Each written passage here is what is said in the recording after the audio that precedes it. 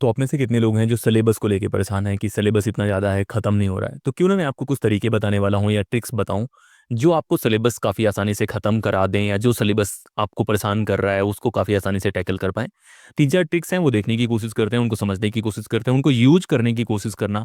और सिलेबस ख़त्म करना सबके बस की बात नहीं है, ज़्यादातर लोग ख़त्म कर भी नहीं पाते। बहुत बार टॉपर्स के भी इंटरव्यू आप सुनने की कोशिश करेंगे यूपीएससी और बाकी जगह, उनमें से भी ज़्यादातर लोग ख़त्म नहीं कर पाते हैं। तो बहुत पैनिक नहीं करना, अगर आप 90% भी कवर कर लेते हैं तो बहुत हो जाता है वो। लेकिन अब देखने की कोशिश करते हैं कि कौन से तरीके हैं जो आप अपना सकते हैं अगर आपको ख़त्म करना है सिलेबस। पहला जो हैक्स है या तरीका है, वो है परेटो प्रिंसिपल या 80% 20% रूल। मैं आपको बताने की कोशिश कर रहा हूँ कि जब भी आप सिलेबस देखने की कोशिश करोगे और उसको आप प्रीवियस ईयर क्वेश्चन पेपर से कनेक्ट कराने की कोशिश करोगे, तो आपको पता लगेगा कि पूरा सिलेबस लिखा तो है 100%, लेकिन उसमें से 20% ऐसा पार्ट होगा जहां से 80% सवाल आते होंगे, जो 80% नंबर्स हैं कहीं ना कहीं वहीं से स्कोर होता है। इंडियन पॉलिटी, इंडियन हिस्ट्री, हर जगह वो चीज़ें आपको मिल सकती हैं। बहुत बार जो प्रीवियस ईयर के क्वेश्चन पेपर हैं वहां से आपको अंदाजा लगेगा, सब लोग वहीं से अंदाजा लगाते हैं। बहुत बार कुछ कोचिंग वाले उसके नोट्स भी प्रोवाइड कराते हैं कि कौन सा कोर पॉइंट है, और कुछ लोग गाइड करने वाले होते हैं, उनको भी पता होता है कौन सा सेक्शन इंपॉर्टेंट है।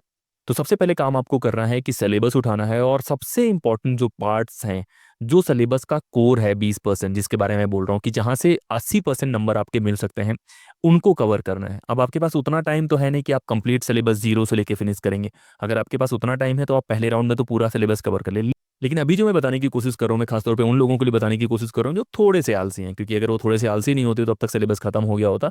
आलस के अलावा और भी रीजन हो सकते हैं जिससे सिलेबस खत्म नहीं होता, तो इसको एक जोक के तौर पे ही लेना।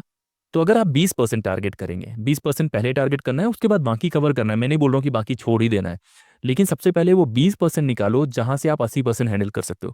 क्योंकि अगर आपने मान लो कि रैंडम पढ़ना शुरू करा और आप 50% पढ़ पाए, 50% पढ़ने के बाद भी वहां से केवल 10%, 15%, 20% सवाल आ रहे हैं, तो कोई मतलब नहीं। तो सबसे पहले 20% टारगेट करो जहां से 60-70% हैंडल कर पाओ आप सवाल।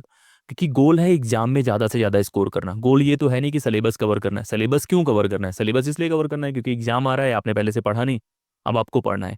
तो सबसे पहला काम है सिलेबस उठाना है, वो 20% या कोर पता करना है। और कोर पता करने का है, आप प्रीवियस ईयर क्वेश्चन पेपर लाओ, सारे प्रीवियस ईयर क्वेश्चन पेपर लगा डालो, उनके अराउंड क्वेश्चंस बनाने की कोशिश करो, और एक बार वो आप बना लोगे तो ज़्यादा बेहतर कर पाओगे। ये तो पहला तरीका है 80% 20% रूल वाला। और ये आप तभी कर पाएंगे जब आपके पास सिलेबस होगा, प्रीवियस ईयर क्वेश्चन पेपर होगा, या कोई गाइड हो जो बता दे कि कौन से सिलेबस का कोर है, और उसके अराउंड आप तैयार करने की कोशिश करो। दूसरा जो काम है वो है रीडिंग का तरीका। रीडिंग का जो पुराना तरीका था कि आप पाएंगे और जीरो से पढ़ेंगे, फिर पहली रीडिंग करेंगे, दूसरी रीडिंग करेंगे, तीसरी रीडिंग करेंगे, वो वर्क नहीं करेगा यहाँ पे।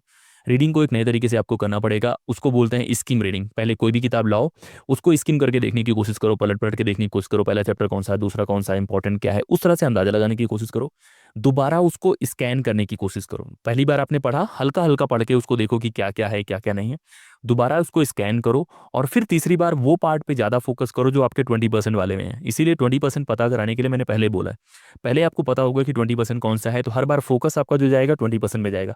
हो सकता है सिलेबस का ही कुछ पार्ट हो जो बहुत इंपॉर्टेंट हो सकता है कि हर चैप्टर में कुछ इंपॉर्टेंट पार्ट हो जहाँ पे आपको ज़्यादा फोकस करना हो, तो वो तभी पता लगेगा जब आप स्किम रीडिंग करेंगे, स्कैन करके रीडिंग करेंगे, और उसके बाद जो इंपॉर्टेंट पार्ट है उसको रीड करने की कोशिश करेंगे। तो पहला काम हमने करा, हमने पता लगा लिया कि भाई सिलेबस में 20% कौन सा पार्ट है जहाँ से 80% सवाल आते हैं। और बहुत बार 20% हो सकता है, 25% हो सकता है, एवरेज जो मैं बताने की कोशिश कर रहा हूँ उसको आपको समझना है। उसके बाद आपको रीडिंग के तरीके बदलने हैं। आपको एक बार स्किम करना है, पूरा गो थ्रू करना है, लेकिन बहुत डिटेल में नहीं। दोबारा स्कैन करना है, तीसरी बार आपको रीड करना है, और वो आपने कर लिया। उसके बाद आता है तीसरा स्टेप। अब एक बार आपने रीडिंग कर ली, आपको 20% वाला वो भी पता चल गया, तो तीसरा स्टेप है माइक्रो नोट्स बनाने का। जो लोग अच्छा परफॉर्म करते हैं एग्जाम में, अधिकतम वो लोग नहीं होते जो बहुत अच्छा पढ़ते हैं। अधिकतम वो लोग होते हैं जिन्हें पता होता है कि ये सवाल आएगा तो मैं क्या लिखूंगा। और वो आप तभी बेहतर कर पाएंगे जब आपने नोट्स बनाया हुआ है। जैसे बहुत सारे बच्चे होते हैं, वो पूरा का पूरा चैप्टर पढ़ जाते हैं, रट जाते हैं, सारी चीज़ें आती हैं, लेकिन जिस सवाल का जवाब पूछा गया है उसको वो उतना बेहतर नहीं लिख पाते जितना कोई दूसरा बच्चा जो माइक्रो नोट्स बना के और उसी जवाब के लिए उसने तैयारी करी थी। अब ये फ़र्क समझने की कोशिश करना। मान लो एक चैप्टर है जिससे से 15-20 सवाल बन सकते हैं, और मैंने उस पूरे के पूरे चैप्टर को रट लिया है। एक इंसान है जिसको पता है उससे अब तक 5 सवाल आए हैं, और उन सवालों को उसने बहुत अच्छे से तैयार कर लिया। मुझे वो चैप्टर पढ़ने में हो सकता है 5 घंटे लगे हों, लेकिन उसको नोट्स बनाने में 3 घंटे लगे होंगे। और वो एकदम रेडीमेड नोट्स बना के रखा हुआ है कि जो भी ये सवाल आएगा मैं वही लिख के आऊंगा, उसका जवाब बेहतर होगा। और अंत में आप अपने जवाब से जज किए जाएंगे। आपकी कॉपी जाएगी तो उसको नहीं पता कि आपने कैसे पढ़ाई करी है, नोट्स बनाया है, कैसे पढ़ा है। तो माइक्रो नोट्स बनाने की कोशिश करो, हर चैप्टर वाइज बना लो। सबसे पहले 20% जो पार्ट है उसके अराउंड जितने सवाल हैं उनके माइक्रो नोट्स बनाओ। 20% जो सिलेबस है उसके अराउंड बनाने की कोशिश करो। उसके बाद फिर जितना आप कवर कर पाओ उतना बनाने की कोशिश करो। लेकिन 20% नियम याद रखना है, जो सिलेबस है, रीडिंग का तरीका है वो याद रखना है। उसके बाद जो माइक्रो नोट्स बनाओ उसमें क्वेश्चंस को दिमाग में रख के याद करना है, क्योंकि क्वेश्चंस इंपॉर्टेंट है। हो सकता है कि आपका ऑब्जेक्टिव एग्जाम है तो उसके अराउंड आप पढ़ने की कोशिश करो, लेकिन अगर सब्जेक्टिव एग्जाम है तो क्वेश्चंस के अराउंड नोट्स बनाओ। और माइक्रो नोट्स बहुत इंपॉर्टेंट होती है, आप माइंड मैप के रूप में बना सकते हैं। आप समराइज करने की कोशिश ना करें। बहुत बच्चे क्या करते हैं, नोट्स जब बनाते हैं तो उनको लगता है कि जो भी किताबें हैं उसको हम समरी बना दें। समरी बनाने की कोशिश मत करो, उसको ऐसे बनाओ ताकि आपको याद रह पाए। तो माइक्रो नोट्स बनाने का गोल ये है कि जब भी इस तरह के क्वेश्चंस आपको आए आप वो सवाल अच्छे से लिख पाएं, उसको हैंडल कर पाएं। और अगर आप ये कर पाते हैं तो कहीं ना कहीं आपका सिलेबस का एक बड़ा पार्ट कवर हो जाएगा। तो अभी तक हमने 3 स्टेप देखने की कोशिश करी, 80%, 20% रूल, 20% सिलेबस, 80% कवरेज। वो कैसे पकड़ोगे, प्रीवियस ईयर क्वेश्चन पेपर। दूसरा जो काम है वो है पढ़ने का तरीका, स्किम करेंगे, स्कैन करेंगे, रीड करेंगे और जो मेन चीज़ है वो निकाल के लाएंगे। उसके बाद उन्हीं चीज़ों का हम नोट्स बनाने की कोशिश करेंगे। एक बार हमने नोट्स बना ली, अब तैयारी हो गई। अब क्या करना है, अब आपको मारना है रट्टा। रट्टा करने का तरीका जो चौथा स्टेप है वो है रिवाइज का। मैं बहुत बार बोलता हूँ कि मेरे लिए सबसे इंपॉर्टेंट जो काम है वो रिवीजन है। आप कितना भी पढ़ लो, अगर आप रिवाइज नहीं करते तो चीज़ें याद नहीं होंगी। रिवीजन के बहुत सारे तरीके होते हैं। अभी तक आपको पता लग गया कि 20% क्या इंपॉर्टेंट है। अभी तक आपने पढ़ लिया, अभी आपने माइक्रो नोट्स बना लिया, अब उनको बार बार रिवाइज करना है। रिवाइज करने में बेस्ट जो तरीका होता है वो स्पेस्ड रिपीटिशन का है, कि आज आपने पढ़ा, एक बार 1 घंटे बाद रिव्यू करो, फिर कल पढ़ो, फिर 1 हफ्ते बाद पढ़ो, फिर 1 महीने बाद पढ़ो। इस तरह से एक पर्टिकुलर टाइम बाद आप रिपीट करेंगे तो आपका ब्रेन रिकॉल कर लेता है। नोट्स कलर्ड बनाने की कोशिश करो, थोड़ा सा कलर से ढक दो, क्योंकि विजुअल्स जो होते हैं हमारा ब्रेन बहुत आसानी से याद करता है। मैं कोई नाम लेने की कोशिश करूंगा कि आप रमेश को जानते हैं, इसको जानते हैं, और आपके दिमाग में कुछ एब्स्ट्रैक्ट आइडिया आएगा, लेकिन किसी रमेश का फोटो दिखा के इस इंसान को जानते हो आप बहुत आसानी से बता दोगे। तो ब्रेन के अलग अलग पार्ट होते हैं जो विजुअल्स को बहुत अच्छा पिक करते हैं। तो विजुअल ऐड करने की कोशिश करो, उनको समझने की कोशिश करो।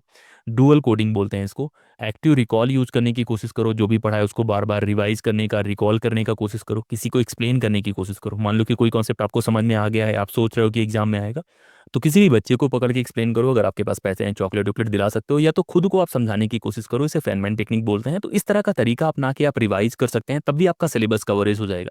क्योंकि गोल है कि एग्जाम में कैसे आप यूज कर पाते हैं सिलेबस। अब सिलेबस कवरेज का ये तो मतलब नहीं है कि आपने 100% कवर तो करा है, लेकिन एग्जामिनेशन में आएगा तो आप 50% नंबर लाएंगे। कवरेज का मतलब है कि कैसे भी करके उसमें से 80%, 90% की रेंज में आपको पहुंचना है। वो पहुंचना गोल है, केवल कवर करके छू के निकलना गोल नहीं है। तो आप जितनी बार रिवाइज करेंगे उतना बेहतर होगा, जब एग्जामिनेशन में वो आएगा तो आप उतना अच्छा कर पाएंगे। तो रिवीजन की जो टेक्निक्स है वो मैंने ऑलरेडी बहुत ज़्यादा डिटेल से बता रखी हैं। Active recall, spaced repetition, Feynman technique, और भी तरीके होते हैं। वो सारे तरीके अपनाओ और रिवाइज करने की कोशिश करो, क्योंकि आपको पता है कि कौन सा पार्ट इंपॉर्टेंट है, आपको पता है कि पढ़ना कैसे है, आपके पास नोट्स भी हैं। आपको बार बार रिवाइज करना है और इस तरह से आप कवरेज करेंगे।